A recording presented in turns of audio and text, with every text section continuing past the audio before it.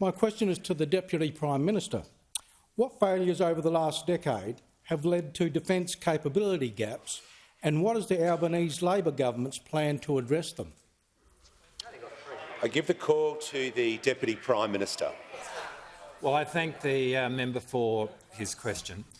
Australia faces capability gaps in our defence because of the complete incompetence of the former coalition government, and it was all based on the way in which they governed themselves. 6, almost 7 defence ministers in the course of 9 years. Started with David Johnson, who served just over a year, when, as the champion of Australian defence industry, he announced to the world that he wouldn't trust the defence industry of our country to build a canoe.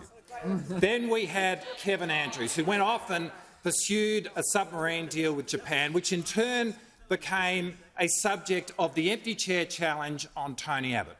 Kevin Andrews lost his job as Defence Minister when Tony Abbott lost his job as the Prime Minister. And then we had Senator Payne, and everything stopped. Literally, nothing happened.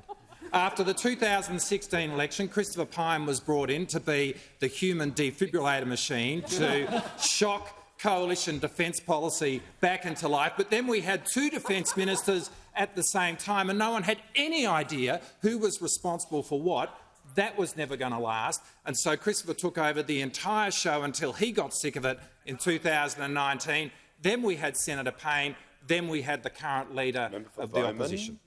Over the course of 9 years, 24 different ministers across the breadth of the defence portfolio. Is there any wonder that the result of that was absolute chaos?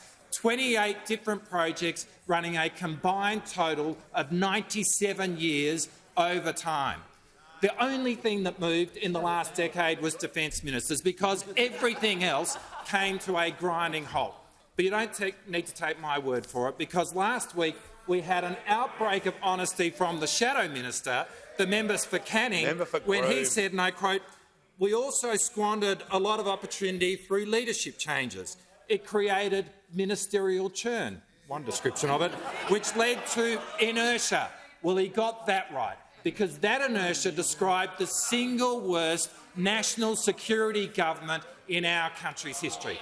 Now, over the last few months, the Albanese Labor government has established the Defence Strategic Review, the single most expansive overview of defence in more than 35 years, so that in the context of a growing defence budget, we can have the capabilities that we need to meet a very different world, and we're going to actively manage programs to meet that need, because the Albanese Labor government is absolutely committed to getting defence back on track and keeping Australians safe.